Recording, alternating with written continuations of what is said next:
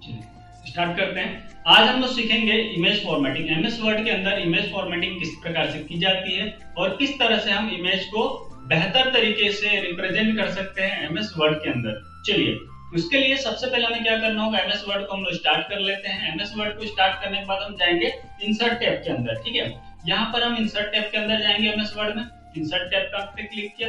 Insert tab पे click करने के बाद हम जाएंगे पिक्चर वाले ऑप्शन पर। यहाँ पर पिक्चर वाला ऑप्शन है इंसर्ट टैब के अंदर।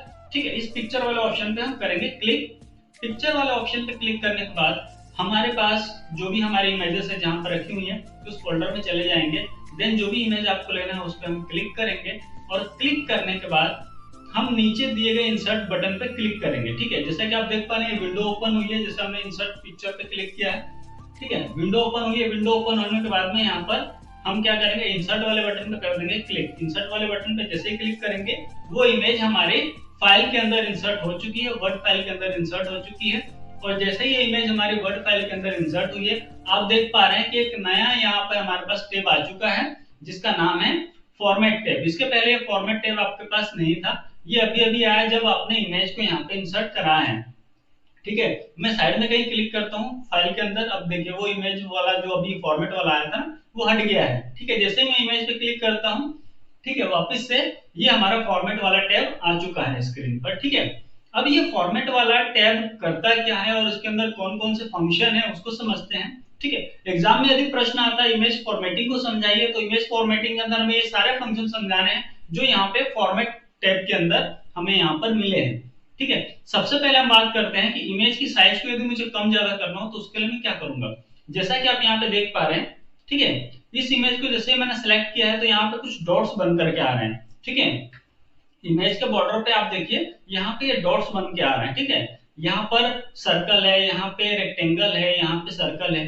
ठीक है, तो इस तरह से डॉट्स बन करके यहाँ पर आ रहे हैं हमारे पास उस इमेज के बॉर्डर पर। ठीक है, उस पे अगर उसकी साइज को कम या ज्यादा करना है, सबसे पहले हम क्या करेंगे, माउस कर्सर को उस डॉट पे लेके जाएंगे। जैसे आप उस डॉट पे लेके जाएंगे, देखिए क्या हो गया, आपका जो कर्सर था ये नॉर्मल कर्सर है, जैसे ही आप उस पे लेकर के गए तो कर्सर क्या हो गया, कर्सर बाई डायरेक्शन में एरो वाला वहां पे साइन आ गया है। जैसे वो एरो वाला साइन आ जाए ना, तो ये जो हमारा माउस है ना, इसका लेफ्ट वाले बटन को होल्ड कर लेंगे, दबा करके रखेंगे और जो भी रिक्वायर्ड साइज है वहां तक ले जा करके हम उसको फिर छोड़ देंगे। तो उससे क्या हो गया, हमारी इमेज का जो साइज है वो वहां पे बढ़ जाता है, या कम करना है तो कम भी हो जाता है। तो ये पहला तरीका तो हमारा ये था कि हम इमेज की साइज को किस तरह से सेट करेंगे। इमेज की साइज को सेट करने के बाद जो हमारा अगला टारगेट है वो टारगेट ये है कि जो इसका बैकग्राउंड है ना इमेज का, उसको हमको क्या करना है, रिमूव करना है, उसको वहां से हटाना है। ठीक है, तो उसके लिए हम क्या करेंगे कि जो हमारा फर्स्ट वाला फंक्शन है इसके अंदर फॉर्मेट टैब के अंदर जो हमारा सबसे पहला वाला ऑप्शन है, उस ऑप्शन का नाम देखिए क्या लिखा हुआ है।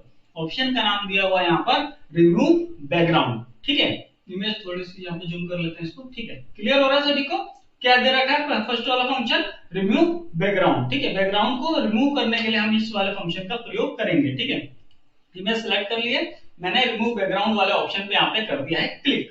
उससे क्या हो गया, यहाँ पर आप देख पा रहे हैं कि इसने ऑटोमेटिकली इसके बैकग्राउंड को सेलेक्ट कर लिया है।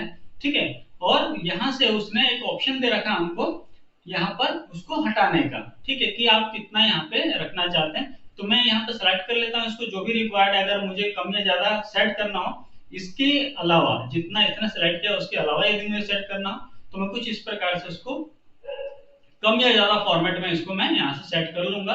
देन कीप चेंज पे क्लिक करेंगे। इससे क्या होगा, अब देखिए इस इमेज का जो पूरा का पूरा बैकग्राउंड था वो यहाँ से हो चुका है रिमूव, वो हट चुका है यहाँ से, और हमारे पास जो बची है वो सिर्फ और सिर्फ इमेज बची हुई है। ठीक है, इसका बैकग्राउंड यहाँ से इरेज हो चुका है। तो ये फर्स्ट वाला हमारा तरीका था जिससे हमने क्या किया, इस जो पर्टिकुलर हमारे पास इमेज थी उस इमेज का हमने बैकग्राउंड रिमूव कर दिया, बैकग्राउंड हटा दिया है। ठीक है, आगे बढ़ते हैं। अगला जो फंक्शन है उस फंक्शन को अप्लाई करने से पहले मैं इसको रिसेट कर लेता हूं ताकि ये नॉर्मल अपने फॉर्मेट में आ जाए। ठीक है, अगला जो फंक्शन है वो है हमारे पास, ठीक है, करेक्शन का। पहले मैं आपको ये बता दूं कि इसको नॉर्मल लाने के लिए मैंने क्या किया था, यहाँ पर इसी फॉर्मेट टैब के अंदर यहाँ पे आप देख पा रहे हैं एक फंक्शन है यहाँ पे रिसेट पिक्चर का। ठीक है, रिसेट पिक्चर से क्या हो गया, जो भी फंक्शन आप इस इमेज के ऊपर अप्लाई करोगे, जो भी फॉर्मेटिंग इस पर अप्लाई करोगे, आप इसको नॉर्मल फॉर्मेट में यदि चाहते हो तो आप एक बार इस पर क्लिक कर दो। ठीक है, उस पर क्लिक करने से क्या होगा, आपकी जो इमेज है ना वो अपने नॉर्मल फॉर्मेट में आ जाएगी। ठीक है, आगे बढ़ते हैं। ठीक है, इमेज तो हमारी नॉर्मल फॉर्मेट में आ गई और इसी के ऊपर एक और ऑप्शन है चेंज पिक्चर का। इस इमेज की जगह कोई दूसरी इमेज लेनी हो, ठीक है, तो उसके लिए क्या करेंगे, चेंज पिक्चर पे क्लिक करेंगे और यहां से वो दूसरी वाली इमेज जो हमें चाहिए हम उसको सेलेक्ट करके और यहाँ नीचे जो इंसर्ट का बटन दिया है इस इंसर्ट के बटन का हम कर देंगे क्लिक और उससे क्या होगा, वो इमेज चेंज होकर के यहाँ पे दूसरी इमेज आ जाएगी। है भी खूबसूरत। चलिए आगे बढ़ते हैं। ठीक है, यहाँ पर इमेज हमारी हो चुकी है चेंज और अभी हम बात करेंगे, अभी थोड़ी देर पहले हमने जो फंक्शन चलाया था हमारा फर्स्ट वाला जिसका नाम था रिमूव बैकग्राउंड, यहां से हमने कर लिया था उसके बैकग्राउंड को रिमूव। ठीक है, इसके बाद यदि करेक्शंस, इमेज की लाइट जो शाइनिंग है उसको कम या ज्यादा यदि हमें सेट करना है तो उसके लिए हम क्या करेंगे, यहाँ पर करेक्शंस पे जाएंगे और यहां से हम उसकी लाइट सेट कर सकते हैं कि इस इमेज की ब्राइटनेस कितनी होगी, कम या ज्यादा जो भी आपको सेट करना हो। ये तो बहुत ज्यादा हो गई, थोड़ा कम करते हैं इसको, आई थिंक ये बेटर है। चलिए इस पर क्लिक करते हैं। तो इस प्रकार से हम इमेज की ब्राइटनेस को सेट कर सकते हैं। ठीक है, चलिए आगे बढ़ते हैं। ब्राइटनेस को सेट करने के बाद जो अगला ऑप्शन है वो है हमारे पास कलर का ऑप्शन। ठीक है, यहां से हम इसका कलर शेड चेंज कर सकते हैं, जो भी इमेज है उसका कलर शेड हम अपने अनुसार यहाँ पर चेंज कर सकते हैं। तो मैंने यहाँ पर ये वाला कलर सेट इसके लिए चुन लिया। देखिए कितनी बेहतरीन लग रही है, कितनी सुंदर लग रही है इमेज, है भी किसी सुंदर व्यक्ति की। चलिए पता नहीं किसकी है, नेट से उठाई हुई इमेज है। चलिए आगे बढ़ते हैं। उसके बाद जो अगला ऑप्शन है आर्टिस्टिक इफेक्ट्स का, यहाँ पर जैसे हम सोशल मीडिया पे इफेक्ट्स अप्लाई करते हैं वो सारे इफेक्ट्स हम यहाँ पे अप्लाई कर सकते हैं। कुछ उसी प्रकार से इमेज को हम यहाँ पे कन्वर्ट कर सकते हैं। ठीक है, तो इस प्रकार से हम ये फंक्शंस को भी यहाँ पर यूज कर सकते हैं। आगे बढ़ते हैं। ठीक है, अगला है कंप्रेस पिक्चर। कंप्रेस पिक्चर क्या करता है, जो इमेज की साइज है, जो विड्थ है उसकी, जो एमबी में उसकी साइज है, उस साइज को कम करने के लिए हम इस फंक्शन का यूज करते हैं। ठीक है, जिससे हमारे जो वर्ड फाइल है उसके ऊपर लोड कम से कम हो। यदि ज्यादा से ज्यादा आप इमेजेस लेंगे उससे क्या होगा, इसका वेटेज बढ़ता है। उस वेटेज को कम करने के लिए, उस मेमोरी स्पेस को कम रखने के लिए हम क्या करते हैं, यहाँ पे कंप्रेस पिक्चर करके जो भी रिक्वायर्ड साइज होता है वहां पर उसके अनुसार हम यहाँ पे चेंज कर सकते हैं। मैं इसको 96 ppi कर लेता हूँ, वो सबसे लोएस्ट कैटेगरी होती है। तो जो एमबीस में इसकी साइज होगी ना, ज्यादा 5-6 MB की जो साइज होगी इमेज की, वो ऑटोमेटिकली वहां पे कम हो जाएगी। ठीक है, चलिए आगे बढ़ते हैं। चेंज पिक्चर अभी हमने देखा था, इसके स्थान पे यदि हमें कोई दूसरी इमेज लेनी हो तो इसी इमेज को बदल करके तो हम चेंज पिक्चर का यूज करते हैं और रिसेट पिक्चर से क्या होगा, ये अपने नॉर्मल फॉर्मेट में आगे देखे, कलर वगैरह जो मैंने लगा रखा था वो सब हट गया उस पे से।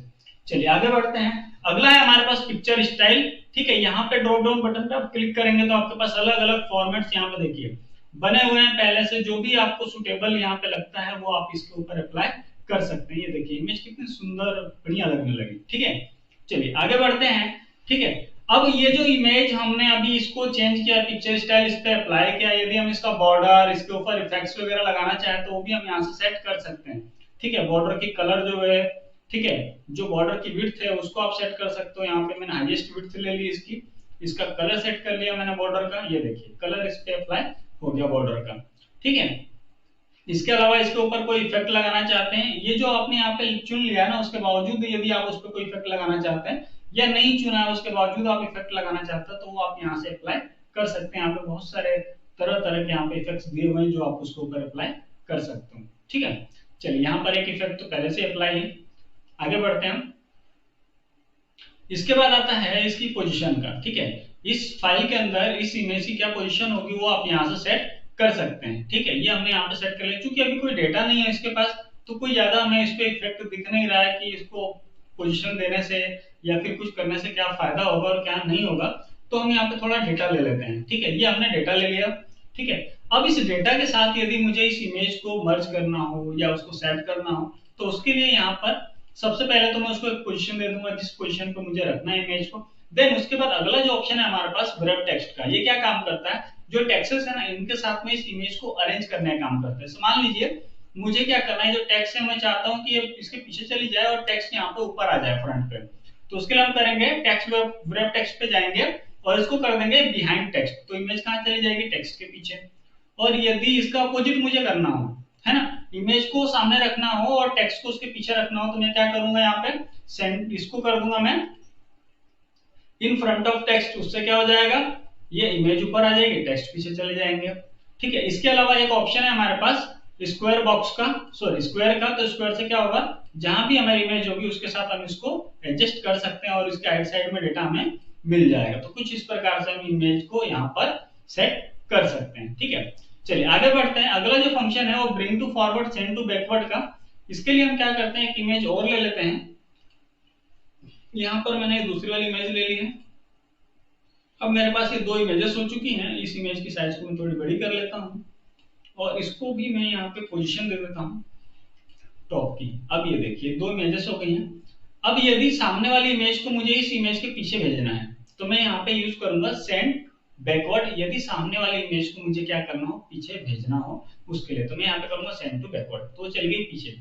और पीछे वाली इमेज को यदि मुझे सामने लाना हो, तो इमेज ये पीछे है ना, अब इस पीछे वाली इमेज को मुझे सामने लेकर के आना है, तो यहाँ पे हम करेंगे ब्रिंग टू फॉरवर्ड। उससे क्या हो जाएगा, पीछे वाली जो इमेज है वो आ जाएगी हमारे फ्रंट में। ठीक है, अब यहाँ पर हम इसके बेसिक फंक्शंस तो सीख गए हैं। अब मैं कुछ चीजें और यहाँ पे आपको बता देता हूँ, कुछ चीजें कि हम इसको इमेज को ना थोड़ा बेहतरीन तरीके से एक बार करके देखते हैं कि हम इसको और ज्यादा अट्रैक्टिव कैसे बना सकते हैं। मेरे पास यहाँ पे दो इमेजेस हैं और ये जो फंक्शन अभी हमने सीखा ना, इस फंक्शन की सहायता से अब हम करने वाले हैं इसको सेट और इसको बनाने वाले और ज्यादा बेहतरीन। ध्यान से देखिएगा, सारे फंक्शन अच्छे समझ में आ जाएंगे, पूरा का पूरा फॉर्मेटिंग का कॉन्सेप्ट समझ में आ जाएगा कि इमेज फॉर्मेटिंग करते कैसे हैं, अप्लाई कैसे करते हैं। लाइव हम करने जा रहे हैं, सभी ध्यान से देखिए कौन कौन से फंक्शन हम इसमें अप्लाई कर रहे हैं। सबसे पहले हमारे पास दो इमेजेस है यहाँ पर, एक ये है और एक ये है। मैं चाहता हूँ कि ये जो बच्ची है, क्यूट सी बच्ची, ये इस सुंदर सी तस्वीर के साथ में मर्ज हो जाए, उसके साथ में मैचअप कर जाए और एक बेहतरीन इमेज बन जाए दोनों को मिला करके। ठीक है, हम इसको अलग अलग भी रख सकते हैं और एक साथ भी रख सकते हैं। तो उसके साथ यदि सेट करना है मुझे पूरे पूरे डॉक्यूमेंट के साथ, तो किस तरह से मैं उसको ऊपर फंक्शन अप्लाई करूंगा और डायरेक्ट उसको एडजस्ट करके दिखाऊंगा। ध्यान से देखिए, तो सबसे पहला काम क्या करूंगा, ठीक है, इस वाली इमेज के साथ अप्लाई करना है। तो सबसे पहले मैंने इस इमेज को सिलेक्ट किया, देन सबसे पहला काम उसके बाद सिलेक्ट करने के बाद मैं इसका बैकग्राउंड करूंगा रिमूव। यहां से मैंने इसके बैकग्राउंड को कर दिया है इरेज। ठीक है, बैकग्राउंड को सिलेक्ट किया, देन सिलेक्ट करने के बाद हम यहाँ पे एडजस्ट करके बैकग्राउंड को और यहाँ से कर देंगे कीप चेंज। यहाँ से हो गया बैकग्राउंड मेरा चेंज। ठीक है, इस इमेज का हमने बैकग्राउंड कर दिया है चेंज और यहाँ से इसको हम कर लेंगे रोटेट। ठीक है, रोटेट करने के बाद इसको वापस जगह पे ले आए। ठीक है, रोटेट तो हमने कर लिया इमेज को। ठीक है, और उसके बाद हम क्या करेंगे, कलर्स पे जाएंगे और कलर से जो है ना इसका कलर फॉर्मेटिंग यहाँ पे चूज कर लेंगे। ठीक है, अब ये देखिए कलर फॉर्मेटिंग करने से क्या हो गया, इमेज का सेट इस वाली इमेज के सेट के साथ, मतलब जो कलर कॉम्बिनेशन है लगभग लगभग उस तरह का सेट हो गया है। और फिर भी यदि नहीं हो रहा है तो हम थोड़े से इफेक्ट्स और उस पर अप्लाई कर लेंगे। जैसे मैं यहाँ पे बैकग्राउंड वाला इफेक्ट देख लेता हूँ थोड़ा सा। ठीक है, बैकग्राउंड को हम लोग और यहाँ पे इरेज कर देते हैं। ठीक है, तो और ज्यादा ये बेहतरीन तरीके से यहाँ पे दिखने लगे। इस इमेज के कलर को हम और भी चेंज कर सकते हैं। मैं कुछ इस फॉर्मेट में चेंज कर लेता हूँ इमेज के कलर को। ठीक, तो अब ये लगभग लगभग उस कलर शेड में आ चुकी है और साथ ही साथ इस इमेज के कलर शेड को भी हम इस कलर में ले आए ताकि यहाँ पर जो है लगभग दोनों कलर्स हमारे लगभग सेम दिखें, जिससे ज्यादा इसमें कोई चेंजेस हमें ना दिखे। अब ये देखिए ये इमेज हमारी दोनों लगभग लगभग मैचअप कर चुकी है एक दूसरे के साथ में और यहाँ पे एक प्रॉपर तरीके से यहाँ पे सेट हो गई है। ठीक, अब कितना बेहतरीन लग रहा है, दोनों इमेजेस एक दूसरे के साथ मर्ज हो गई है और बहुत ही प्यारा लुक आ रहा है इन दोनों इमेजेस का। ठीक है, तो आज हमने यहाँ पे सीखा है इमेज फॉर्मेटिंग को किस तरह से अप्लाई किया जाता है और इमेज फॉर्मेटिंग को अप्लाई करके हम इमेजेस को डॉक्यूमेंट के अंदर कितना बेहतरीन और सुंदर बना सकते हैं और उसके क्या क्या फंक्शंस होते हैं। ठीक है, एग्जाम में आता है तो आपको यहाँ पे फॉर्मेटिंग ऑप्शन जो दिख रहा है ना, यहाँ पर इसको फर्स्ट से लेकर के एंड तक पूरा समझाना है। ठीक है, एक एक टॉपिक को एक एक लाइन में भी यदि आप एक्सप्लेन करते हैं तो भी आपके पास 2-3 पेज का मटेरियल हो जाता है। ठीक है, और पूरे मार्क्स आप अचीव कर पाएंगे। ठीक है, आई होप ये चीजें सारी सबको अच्छे समझ में आ गई होगी। प्रैक्टिकली इसको करके देखिएगा, बहुत मजा आएगा, बहुत अच्छा लगेगा और इसको नेक्स्ट क्लास में हम और डीप में समझेंगे और बेहतर तरीके से हम इसको कैसे अप्लाई कर सकते हैं। जो लोग इसमें इस फील्ड में और ज्यादा कुछ करना चाहते हैं, ठीक है, वो आने वाली क्लासेस को जरूर अटेंड कीजिएगा। Thanks for the watching. अब की यदि तो रिकॉर्ड नहीं होगा तो पापा हमारा दिल टूट जाएगा।